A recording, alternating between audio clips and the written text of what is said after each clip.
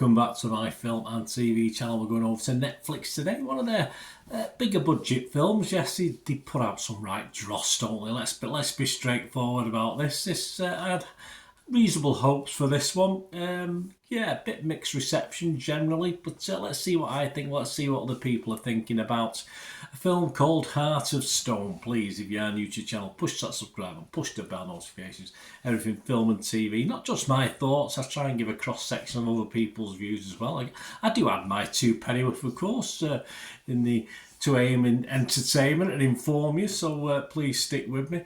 So we've got these film reviews, drama reviews, TV drama reviews, information vlogs, lots of things, so you can jump on board and spread the word. I'll be very grateful. And if you are pushing buttons, if you just or not pushed a button but you want to push one, please push that little like button. Just takes a split second and make an old film and TV watcher very, very happy. Right, Heart of Stone, 122 minutes. Yeah, it's usually a little bit long for me, this, isn't it? And I must admit, I did watch it in 2 sittings, this, and I did struggle to get into it a little bit, but by the end of it, the 2 hours didn't bother me that much, which is unusual. If you watch my vlogs, I'm not a big fan of films that go over 90 minutes unless it's an epic like Lord of the Rings or something like, or Harry Potter or something like that. But yeah, it was okay. It was okay, as I said. But I did watch it in 2 chunks. I watched about 20 minutes and then I watched the rest the next day. Well, yeah, over a couple of days. This is a spy action thriller directed by Tom Harper from a screenplay by Greg Rucka and Alison Schroeder and a story by Rucka. The film stars Gal Gadot, yes, Jamie Dornan, Alia Bhatt, yes, Alia. Oh, I like Alia in this. She's one of those that can look quite old, not old, but you know, older than, and then all of a sudden she looks like a little girl sometimes. Sophie Okonedo and Matthias Schweighöfer. There you go. Yeah, there's a good baddie in this. I do like a good baddie. I don't think certain things like Mission Impossible always have the best baddies. You know, they do, but occasionally they don't. But this one has a reasonable baddie. I liked him. Or didn't like him, depending on how you look at it. It's about an international intelligence agent, Rachel Stone, of course, played by Gal, who must embark on a dangerous mission to protect the mysterious MacGuffin known as the Heart. Stone is tasked by the peacekeeping operation known as Charter to keep the object safe from falling into enemy hands. Yeah, there's no bells and whistles this one, guys. Quite a simple plot, nothing complicated. Heart of Stone was released on Netflix on August 11th, and this review is being done on August the 13th, yes, at 11 AM. So all scores and comments are at this day. So what about the scores? Well, Rotten Tomatoes audience, yeah, 63% positivity, so that's not too bad, is it? 3.4 out of 5. Internet Movie Database, just a little bit under 6 out of 10, which is my sort of watchability score, if you like. It's getting 5.7 out of 10. That's based on over 9,200 scores and reviews. So a shame, not great, not fantastic. What about the critics? Well, the critics have generally got a bit of a downer on it, in fairness. Only 30% positivity for 87 critics on Rotten Tomatoes, an average rating of just 4.9 out of 10. Yeah, very disappointing. 26 fresh, but 61 rotten. Kevin Mayer from the Times here in the UK said, Heart of Stone has been designed allegedly to launch a franchise. If this is the first instalment, count me in for the second. There you go, Kevin. Kevin likes it. I wasn't quite as enthused as Kevin, but hey, a Gal Gadot-led franchise is not to be sniffed at, is it, this day and age? Laura Venning from Empire magazine said Heart of Stone is a perfectly watchable and often daft bit of fun. Yep, so far so good. But its mission to supersede Ethan Hunt might prove to be impossible. Well, I'd rather have Gadot. But I'm biased in fairness.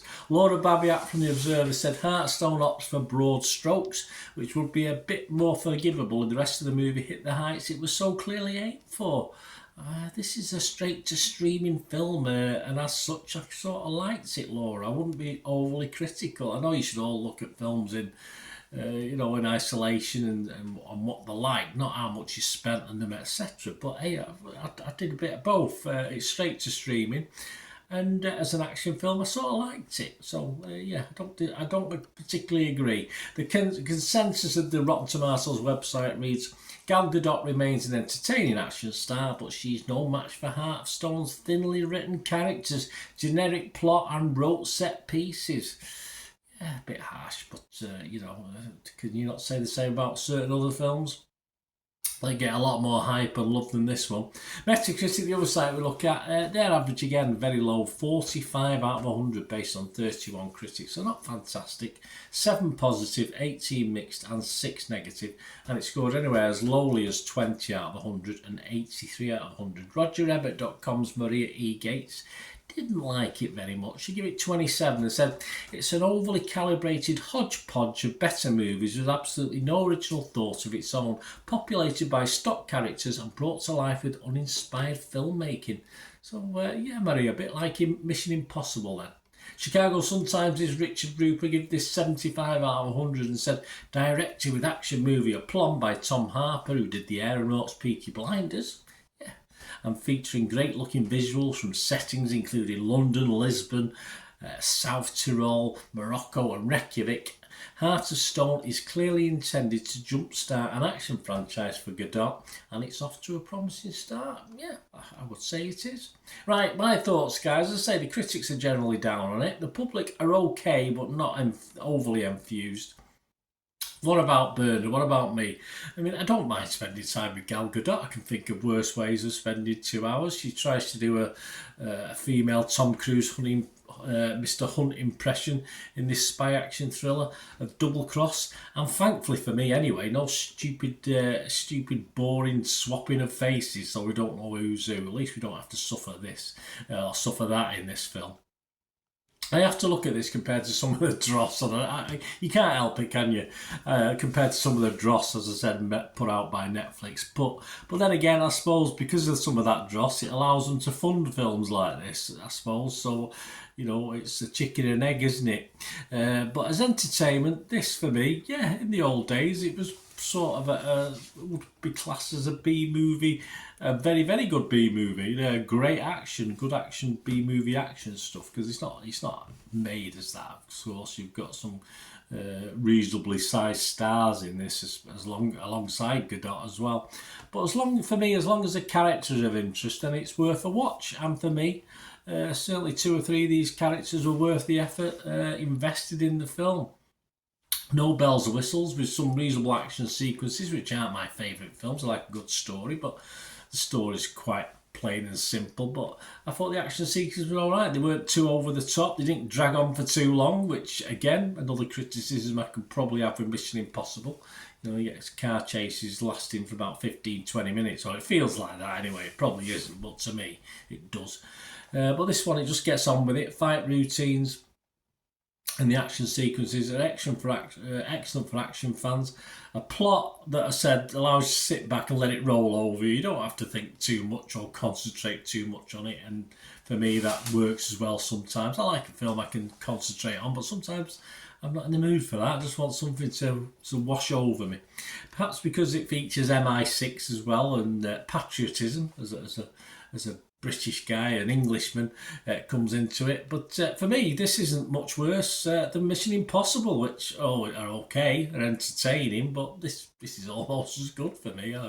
As I say, I didn't have to go to the cinema to watch it, or pay a fortune, or wait for it to arrive after it's been out at the cinema to arrive on one of the services. So there you go. And as I said, old Gal Gadot, she's a little bit nicer to watch, for me anyway, from my point of view, than Tom Cruise. But obviously, not all of you would agree with that. Right, my scores, guys. I'm going to give this fresh. On Rotten Tomatoes.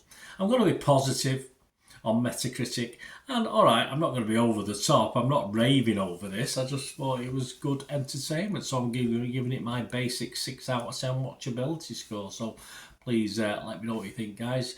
If there are further films in this franchise, yeah, why not? It took me a couple of sittings to watch this, but hey, if it takes me a couple of sittings to watch the next one, I'm well happy. I pay my Netflix subscription. It's occasionally nice to have something worth watching.